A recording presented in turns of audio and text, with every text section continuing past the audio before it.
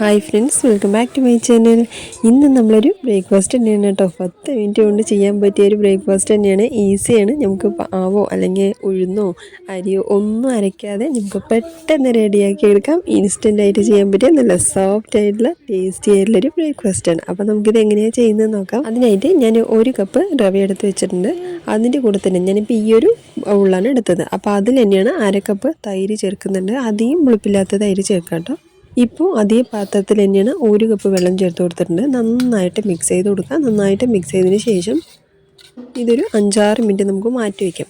അപ്പോൾ നന്നായിട്ട് റവ നന്നായിട്ട് നമ്മുടെ തൈരിലും വെള്ളത്തിലൊക്കെ നല്ല സോഫ്റ്റായി കിട്ടണമല്ലോ. അപ്പോൾ സോഫ്റ്റായി കിട്ടുന്ന സമയത്ത് ആ വെള്ളം കംപ്ലീറ്റ് വലിച്ചെടുക്കും. നല്ല തിക്കായിട്ട് കിട്ടണം. അപ്പോൾ അതിന് നമ്മളൊരു 10 മിനിറ്റ് വേണ്ടി വരില്ല. നിങ്ങൾ ജസ്റ്റ് ഒരു 5-6 മിനിറ്റെങ്കിലും ഒന്ന് മാറ്റി വയ്ക്കണം കേട്ടോ. മാറ്റി വെച്ചതിന് ശേഷമാണ് നമ്മൾ മിക്സിയിലിട്ടത് അടിച്ചെടുക്കേണ്ടത്. അപ്പോൾ നമുക്കിത് മാറ്റി വെച്ചേക്കാം. ഒരു 5-6 മിനിറ്റ് മാറ്റി വയ്ക്കാം. ആ സമയം കൊണ്ട് നമ്മൾ ഇതിലേക്ക് ഇട്ട് കൊടുക്കാനായിട്ട് ചെറിയൊരു താളിപ്പാണ്. അതിന് 2 ടീസ്പൂൺ എണ്ണ ഒഴിച്ച് കൊടുത്തിട്ടുണ്ട്. എണ്ണ ചൂടായി വന്നതിന് ശേഷം അതിലേക്ക് 1 ടീസ്പൂൺ കടുക്, ഒരു 1/2 ടീസ്പൂൺ ചെറിയ ജീരകം, പിന്നെ വലിയുള്ളിയാണ്. ഒരു പകുതി വലിയുള്ളിയെ ഞാൻ ഇട്ട് കൊടുത്തിട്ടുള്ളൂ കേട്ടോ. അപ്പോൾ അത് നമ്മുടെ ഇഷ്ടത്തിന് പോലെ നമുക്ക് വെജിറ്റബിൾസ് വേണമെങ്കിൽ വെജിറ്റബിൾസും ചേർത്ത് കൊടുക്കാം. ഇപ്പോൾ എരിവിനായിട്ട് ഒരു പച്ചമുളകും പിന്നെ കുറച്ച് കറിവേപ്പിലയും കൂടി ഇട്ടിട്ട് നന്നായിട്ട് ചൂടാക്കി എടുക്കാം. ചൂടായതിന് ശേഷം ഇനി നമുക്കത് മാറ്റി വയ്ക്കാം. നമ്മൾ മിക്സിയിലിട്ട് അടിച്ചിട്ട് ആ ഒരു മാവിലാണ് ഇത് ചേർക്കുന്നത്. അപ്പോൾ നമുക്കിനി ഫ്ലെയിം ഓഫ് ചെയ്ത് മാറ്റി വയ്ക്കാം. അങ്ങനെ ഒരു 5-6 മിനിറ്റ് മാത്രമേ ഞാൻ വെച്ചിട്ടുണ്ടായിരുന്നുള്ളൂ. അപ്പോൾ അത് കണ്ടല്ലോ, റവ നല്ല സോഫ്റ്റായിട്ട് നല്ല തിക്കായി കിട്ടിയിരിക്കുന്നത്. അതിനുശേഷം നമ്മൾ ജാറിലേക്ക് ഇട്ടിട്ട് വെള്ളമൊന്നും ഒഴിക്കാതെ വേണം നമ്മൾ അടിച്ചെടുക്കാൻ കേട്ടോ. അപ്പോൾ നമ്മൾ ഈ നന്നായിട്ടൊന്ന് അടിച്ചെടുക്കാം. ഈ ഒരു തിക്കിലാണ് നമുക്ക് വേണ്ടത് കേട്ടോ. നമ്മൾ ആദ്യം ചൂടാക്കി വെച്ചിട്ടുണ്ടായിരുന്നു നമ്മുടെ ഉള്ളി പച്ചമുളകൊക്കെ, അതും കൂടി ഇടുന്ന സമയത്ത് ഒന്നുകൂടി തിക്കായിട്ട് കിട്ടും. അപ്പോൾ എല്ലാം കൂടെ നന്നായിട്ട് മിക്സ് ചെയ്ത് കൊടുക്കാം. നന്നായിട്ട് മിക്സ് ചെയ്തതിന് ശേഷം ഇതിലേക്ക് ആവശ്യത്തിലേക്കുള്ള ഉപ്പ് ചേർത്ത് കൊടുത്തിട്ടുണ്ട്. കുറച്ച് ബേക്കിംഗ് സോഡ ചേർക്കുന്നുണ്ട്. നല്ല സോഫ്റ്റായിട്ട് കിട്ടാനായിട്ടാണ് നമ്മൾ ബേക്കിംഗ് സോഡ ചേർക്കുന്നത്. അപ്പോൾ അതും കൂടെ ചേർത്തതിന് ശേഷം വീണ്ടും നന്നായിട്ട് മിക്സ് ചെയ്ത് കൊടുക്കാം. നന്നായിട്ട് മിക്സ് ചെയ്ത് കഴിഞ്ഞാൽ പിന്നെ നമുക്ക് അപ്പം തന്നെ ഇത് ഉണ്ടാക്കിയെടുക്കാം. അപ്പോൾ ഇതിൻ്റെ സൈഡ് ഡിഷ് എന്ന് പറയുന്ന സമയത്ത് നിങ്ങൾക്ക് ഏത് ചട്നി ആണെങ്കിലും കുഴപ്പമില്ല. നമ്മൾ സാധാരണ ഇഡ്ഡലി ദോശയ്ക്കൊക്കെ ചെയ്യുന്ന അതേ ചട്നി തന്നെ മതി.